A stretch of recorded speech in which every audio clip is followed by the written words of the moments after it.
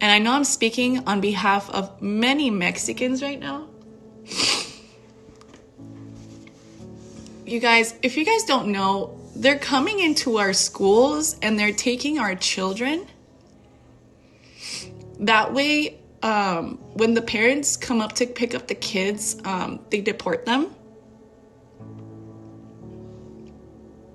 The Black community, guys, Black women teachers, that's all I've seen so far. Black women teachers. I'm sure there's some Black male teachers, but Black women teachers are saying they're willing to fight for our kids. Black women are done. I can tell you that now. They are unbothered. This is kind of part of the problem. People know that they can go to Black women, and Black women more than likely will be there. Black women more than likely will help them, especially if it's a child. Black women will lift you up. They will feed you. They will give you kind words of motivation and inspiration, and it's beautiful. And honestly, it's one of my absolute favorite things about Black women. I just think at this point, Black women are wondering, who is that for us? Where can we get that? You know, if you are trying to get validation from the people who are oppressing you, you are wasting your time. Every day on TikTok, Black women are called aggressive, angry, bitter, strong, masculine. I've also been getting a lot of comments like this on the video that I posted, where I'm expressing my deep and sincere appreciation for the Black community, specifically Black teachers who are saying they're willing to fight for our kids if ICE ever decides to enter their classroom. Hey fam, Gracie here once again. Welcome back to the channel. I am hoping that from wherever you my people are watching this from, you're doing all right and God has protected you and preserved you very well. And to you that continuously give support to me on here, I do appreciate you. And to my members, shout out to you guys. You do me amazing as well for supporting exclusively. And we are back with another interesting one. We all know that Black women are nurturers. We all know that Black women sacrifice a lot for other people, for other people's kids. Black women have, raised so many children. Black women have catered for so many people. And unfortunately, Black women do not get the credit that they deserve. They don't get any appreciation, right? And that's the reason as to why Black women decided to take a step back and be like, you know what? It's us time. It's us time. It's us to reflect, take care of ourselves, self-reservation. And yeah, but in this video, we are about to look at a Mexican woman that came out to show gratitude to Black female teachers, specifically because they refused to give up, Mexican kids to ICE when ICE raids schools. And that Black women are saying, you know what, we are going to put our lives online to save these kids. This is a very beautiful message. It has compliment, but we also have another side to look at. We're going to look at this first, come back and talk about it. Gosh, I really don't even know how to say this because no words can really express the appreciation I have for the Black community right now. Thank you so much from the bottom of my heart. And I know I'm speaking on behalf of many Mexicans right now. You guys, if you guys don't know, they're coming into our schools and they're taking our children. That way, when the parents come up to pick up the kids, they deport them. The Black community, guys, Black women teachers, that's all I've seen so far. Black women teachers. I'm sure there's some Black male teachers, but Black women teachers are saying they're willing to fight for our kids. I don't think you understand what that means. I don't think you understand what level of sacrifice that is. We all know through history the police brutality that the Black community has gone through. They're basically saying they're willing to die for our kids. We all know what happens and the risk that they are taking for being a Black victim in that kind of scenario. That's a whole other level of love and sacrifice, and thank you so much. And us as Mexicans, we need to completely have their backs. We need to completely be willing to die for their children too, and put our lives on the line. Thank you so much. Sincerely, sincerely from the bottom of my heart. That is just so beautiful, and I know you're gonna go to heaven for that. I know that there's a beautiful place in heaven for you for that. Sincerely, for willing to do that for us. Sincerely, sincerely, thank you so much. And Black women are done. I can tell you that now. They are unbothered, undone at this point. They are done. They are unbothered. They are not coming to your aid. And if they ain't coming, brothers damn sure not coming. And so this is where we are. And the fact that folk think Black folks are supposed to come out there and be their savior. As I was watching, I could not help but think that this is kind of part of the problem. People know that they can go to Black women, and Black women more than likely will be there. Black women more than likely will help them, especially if it's a child. Black women will lift you up. They will feed you. They will give you kind words of motivation and inspiration, and it's beautiful. And honestly, it's one of my absolute favorite things about Black women. I just think at this point, Black women are wondering, who is that for us? Where can we get that? You know, you can come to us for help, but we feel like a lot of the times we have no one. I even saw this comment down in the comment section, and I was like, something about this does not sit right with me. So my question to these people that are teaching their children to seek help from Black women, and they themselves, they learned as children to seek help from Black women. If you see a Black woman in trouble, are you helping her? Would you even think to help her, or would you just assume that she would go to another Black woman for help? And again, this is not directed at the creator of the video I stitched. It's just these are the thoughts that went through my mind while I was watching the video. Again, I don't see anything wrong with asking us for help, because I think to a certain extent we enjoy being helpful, being of service, being there for people. We just want to know who is there for us genuinely and truly. They won't turn our backs on us when they get in the room with certain other demographics. They won't turn their backs on us when it's time to get a check cut. Who really has our backs? I think that's really kind of the question. If you are trying to get validation from the people who are oppressing you, you are wasting your time. Every day on TikTok, Black women are called aggressive, angry, bitter, strong, masculine. And now, I have nothing against this content creator, but I think it's very, it's ironic that when it's convenient for you, you are now telling that if your child is in danger, you have to look for a Black woman. And this content creator is not the first who say that on TikTok. I have even heard white women saying the same, that, oh, if my child is in danger, he or she has to seek and look for a Black woman. I'm trying to understand. Why would you want your child to get protected or to receive any type of help from a Black woman, knowing that she is aggressive, she's angry, she's bitter, she is masculine?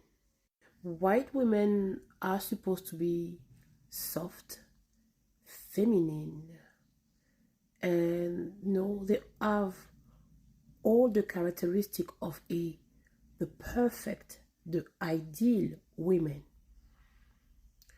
The real question is, why why you rather get protection from a black woman who is always angry, who is always aggressive. I've also been getting a lot of comments like this on the video that I posted, where I'm expressing my deep and sincere appreciation for the Black community, specifically Black teachers who are saying they're willing to fight for our kids if ICE ever decides to enter their classroom. That's a whole other level of sacrifice, guys, because we all know what it is for a Black victim to be in that scenario. So we need to be very appreciative of that. And I know I am. It's something that really, really hit home. I am willing to ride or die for your kids as well. I am definitely willing to step in and be in the fire with you guys. But I understand if you don't want to. Like, this isn't something that I specifically or any other Mexican has asked you to do. Please, if you do not want to, you want to stand back and you want to protect yourself, I completely understand, because again, a Black person in that scenario is of very high risk. And I understand that. I mean, probably not on the level that you do, but I understand because I've seen history, I've seen the reports, I've seen these cases. So again, I am not upset. I am not upset at these comments. I'm not upset that Black women are choosing to stand down, or, Black men are willing to stand down. It's totally understandable. But just know that there is a Mexican community that does care. There's a Mexican community who will be willing to do the same and who are willing to stand in the fire for your children. And so I think right now is just a time to unite and a time to be there for each other, and to not be hateful. And I really hope a lot of Mexicans come out and actually prove this and prove that they are willing to fight for your kids and prove that they're willing to ride or die for you as well, and stand hand in hand with you in through this whole discrimination. Whatever is being spoken about Black women and the gratitude that she has towards them is absolutely true and right. Because in case you thought no other teacher would do this, I want you to take a look at this palm-colored teacher that went on a website of ICE and told them to come and pick some Mexican kids in the school. You won't believe this until you see it. Let's watch this as well. This teacher goes online to ask ICE to come to his school to pick up his own students because he suspects they're undocumented. Jason Buchanan from Fort Worth, Texas went to an ICE website and left comments saying, "Come to my school. A lot of the students that I teach don't even speak English. Most of my students communicate with me using their iPhone Translate." And Jason, I must say, I was shocked that a teacher would actually do that to his students. And then I find out that you're not a real teacher. You're a substitute teacher, which makes sense because no teacher would ever put his students in danger. No teacher would invite the federal government to come and pick up his students and do harm. You know why? Because real teachers care about his students. A real teacher cares not just about educating his students, but goes beyond to care about their well-being. And not just the well-being of his students, but also the future of his students. And for you to go online and invite ICE to come get your students tells me that you're not a real teacher. I think what happened is there's a shortage of teachers and you are just filling in for the real teachers, because no teacher would ever do what you did, because teachers are in the profession of teaching because they care about the well-being of their students. They genuinely want their students to succeed, and they genuinely protect their students against anything that would harm them. As a former teacher myself, I can't even imagine doing what you did to my own students, because above all else, I'm a mother, I'm also a teacher, and my students are like my children. Their privacy and their safety comes first. Don't become a teacher. You don't belong in this profession. Go somewhere and change a tire. After watching that, you can completely understand how Black people have a heart of gold and how I feel like Black people come from a history of people snitching on them. and being mistreated and being in this place where, you know, they are the target. So they know how it feels. This entire thing that is playing right now, guess who knows it better? Black people. So they know this situation. Even when they come out on the internet to speak about these things, it's not because they're really excited that these things are happening to you. Because a person that has ever been there wouldn't wish anything but to happen to someone else. But unfortunately, people take advantage of Black people. And as much as we do appreciate, by the way, we do appreciate the compliment, I feel like we should be able to take it, but also we should also be able to take it with a grain of salt. Because to a Black person, what softens their heart is just someone coming and melting. Oh my God, thank you so very much. You know, you're doing me amazing. And you know, over here we have a saying that webale webale amale bintu, which literally means when someone keeps saying thank you, you literally give them everything you have, you know, because you feel like this person is really grateful and is appreciative. So a grateful person takes all that you have. And that's exactly in this situation, this is, you know, telling some of our people, they're like, you know what, we appreciate the compliment, but we do have trust issues right now. But also we realize that, you know, it is in times like this when you have to remind us that we have a good heart to go back and do the savior work. But in times when everything is going good, you do not acknowledge us. In fact, you fight us. You harbor anti-Blackness. You're the same people that are calling us names. You bundle up against us with our enemies.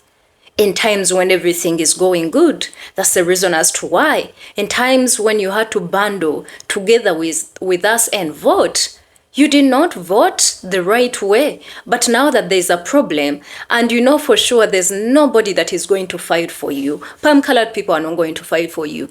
The only minority group that knows how to fight in these battles like this because they've been there, it's Black people. Therefore, let's go back and be like, we are so grateful. Thank you so very much. You know, you're putting yourself on a line. You said you could literally lose your life because of our kids. I'm like, well. That sounded good until when Black people lives have to be put on a line, right? Because how many people could put their lives on a line for Black people? That's the question. And shout out to those that would do that. But do we think that it's many? Actually, no. It's less. And their numbers would not even mean anything. They would be crushed in case they wanted to come and save. And she is saying that, you know, she voted for Kamala. Good for her. And also she's like, she wishes the Mexico community, the Mexican and Latino community comes up and just, you know, bundle up together and unite and fight together. And all of the time that this had to happen was on the ballot paper. Lots of them did not do that. And a few of them did that, you know. And unfortunately, the few numbers did not do anything. It could not change anything. Everything was already, you know, destined to make Trump the winner. But at the same time, I think Black people, these people don't deserve you. They do not deserve you. Lots of people don't deserve your kindness. But you know what? Naturally, you have God in your hearts. A person that is born to be a helper, even if they get abused, even if they get hurt, that's like their call, their greatest call. That's their greatest satisfaction in life. They don't need to have a load. And for some reason, helpers do not even ask for help. Black people don't ask for help for the most part. Even when they ask, they fight for themselves. And, you know, when by the time they come out to ask for help, it's really getting worse. But for the most part, Black people have always learned to fight an isolated fight. And that's the reason as to why some people even take advantage of that. In times when they need you, they will call for you because they know you are the machineries that are going to tear everyone apart.